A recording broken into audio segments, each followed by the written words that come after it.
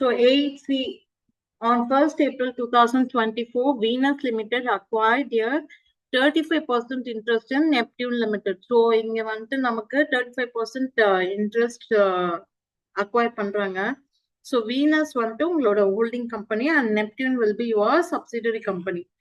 So இங்க எனக்கு 35% interest வரதால I'm getting significant influence எனக்கு இதுக்கு அந்த கம்பெனிக்கு மேல significant influence வந்திருக்கு. So the cost of investment was 3 lakhs. So Neptune Limited has net assets of 5,50,000 as on 1 April 2024. The fair value, so net asset வந்து 5,50,000, fair value வந்து 6,50,000. இது ஏன் இந்த 1 lakh change ஆயிருக்கு அப்படின்னு பார்த்தீங்கன்னா, since the fair value of property, plant and equipment is 1 lakh higher than its book value. So PPE வந்துட்டு increase ஆயிருக்கு. This property, plant and equipment have a remaining useful life of 8 years. So 8 years எனக்கு வந்து அதோட useful life இருக்கும் அப்படின்னு சொல்லியிருக்காங்க.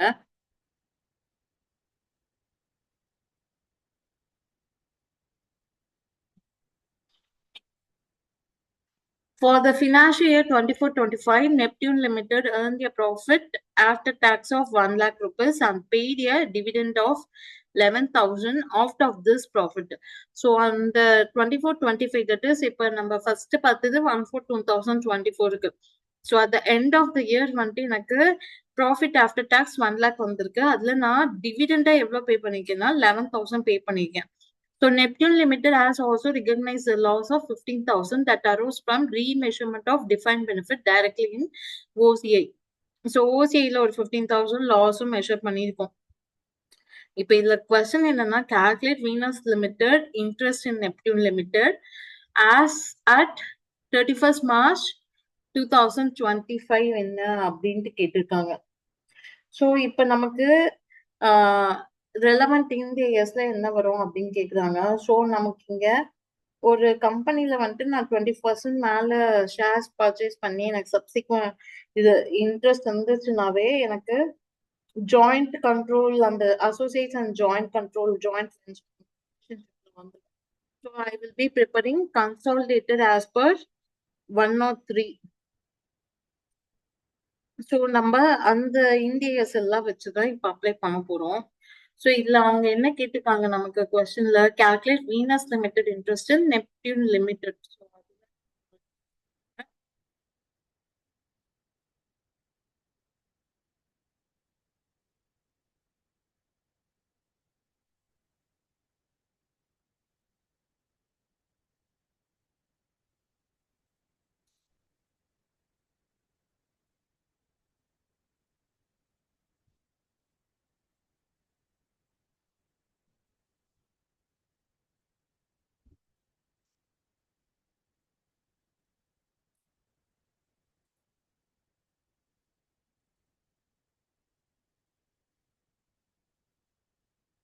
So இப்போ first நம்ம என்னெல்லாம் கண்டுபிடிக்கணும் எனக்கு. So at end of the year என்ன அப்படின்னு தேவை. ஸோ அப்ப என்னோட ஷேர் போஸ்ட் அக்விசிஷன் ப்ராஃபிட் என்ன அப்படின்னு நான் வந்து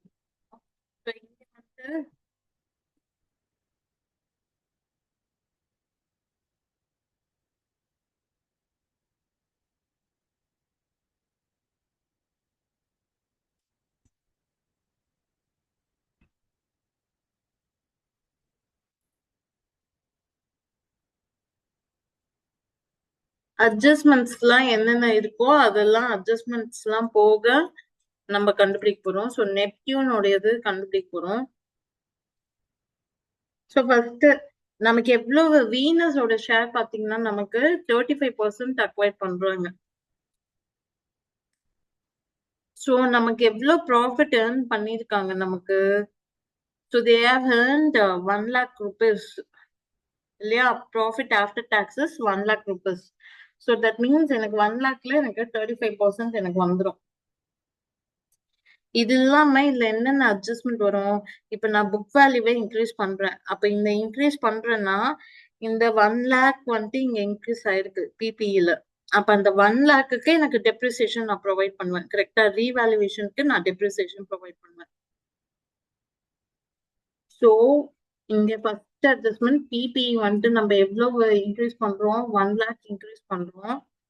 தட் மீன்ஸ் இங்க யூஸ்ஃபுல் இயர்ஸ் அவங்க என்ன சொல்லிட்டாங்க, 8 யூஸ்ஃபுல் இயர்ஸ் வந்துட்டு 8 இயர்ஸ்ன்னு சொல்லிட்டாங்க.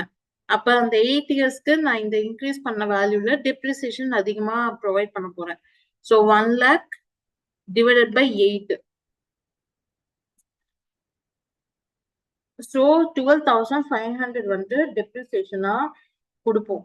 இது என்ன இருக்கும்னா நெப்டியூன்ல வந்துட்டு அவங்க என்ட்ரி போட்டுக்க மாட்டாங்க. ஏன்னா they will be valuing based on their book value. So நம்ம ரீவேல்யூவேஷன் பண்ணி தான் நம்ம இதுல கன்சல்டேட் பண்றப்ப ஃபேர் வேல்யூல கொண்டு வந்திருப்போம். ஆனா அவங்க இதுல வந்துட்டு புக் வேல்யூலயே இருக்கும். ஸோ இந்த 12,500க்கு அவங்க இம்பாக்டே கொடுத்துருக்க மாட்டாங்க. ஸோ இது ஒரு ஃபேக்ட். நெக்ஸ்ட் இன்னொன்னு என்ன இருக்கும் அப்படின்னு பாத்தீங்கன்னா, எனக்கு எவ்வளவு ரீவேல்யூஷன் அந்த இயருக்கான ப்ராஃபிட் பாத்தீங்கன்னா எவ்வளவு after tax profit. So PAT is 1 lakh rupees. So இதுல இந்த டெப்ரிசியேஷனை நான் லெஸ் பண்ணேன்னா தட் மீன்ஸ் 12,500 நான் லெஸ் பண்றேன் அப்படின்னா ஐ வில் பி கெட்டிங் 87,500.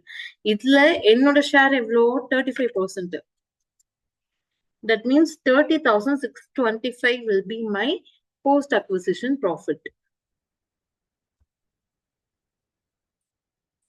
So என்னோட post acquisition profit வந்து 87,500ல 35%. That means 30,625 will be my post acquisition profit. Okay, இப்ப நம்ம இன்வெஸ்ட்மெண்ட் எவ்வளவு பண்ணி வச்சிருக்கோம். So investment at the beginning of the year that is 1/4/2024ல நான் இன்வெஸ்ட் பண்ணேன். எவ்வளவுக்கு 3 lakh rupeesக்கு நான் இன்வெஸ்ட் பண்ணி வச்சிருக்கேன்.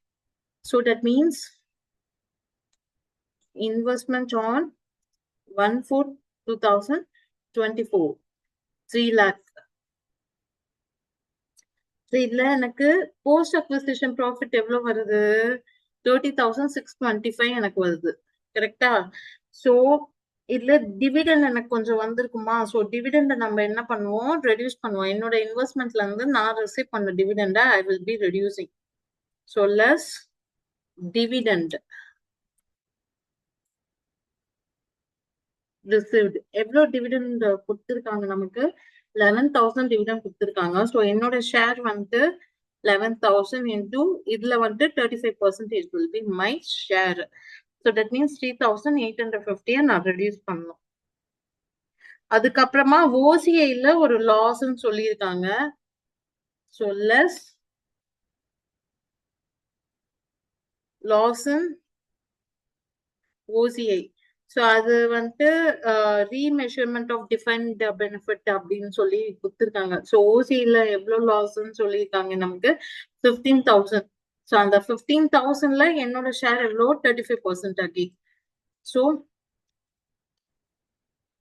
5,250. இதையும் நான் ரெடியூஸ் பண்ணேன்னா 3,21,525 will be my interest.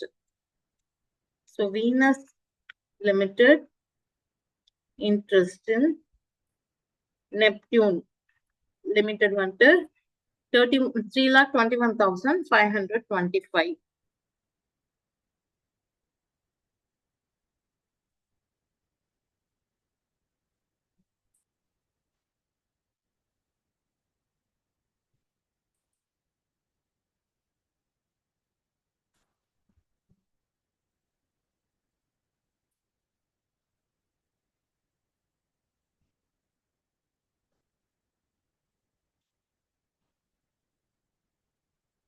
So first நம்ம போஸ்ட் அக்விசிஷன் ப்ராஃபிட் என்ன அப்படின்ட்டு கண்டுபிடிக்கிறோம் நெப்டியூன் லிமிடெட்ல. That is my profit after tax. So இந்த டெப்ரிசியேஷன் நம்ம அடிஷ்னலா அந்த ரீவேல்யூஷன் பண்றதுனால அந்த டெப்ரிசியேஷன்.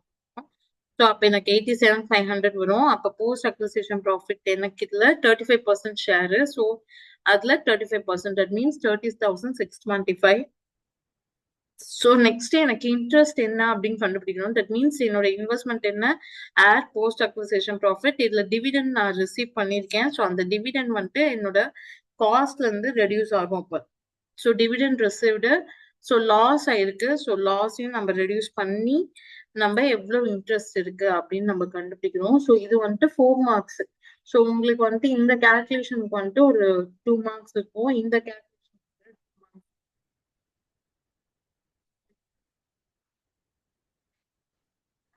டிஃபரன்சியேஷன் நம்ம மறந்துடுவோம். ஸோ இந்த டிஃபரன்சியேஷன் மறக்காம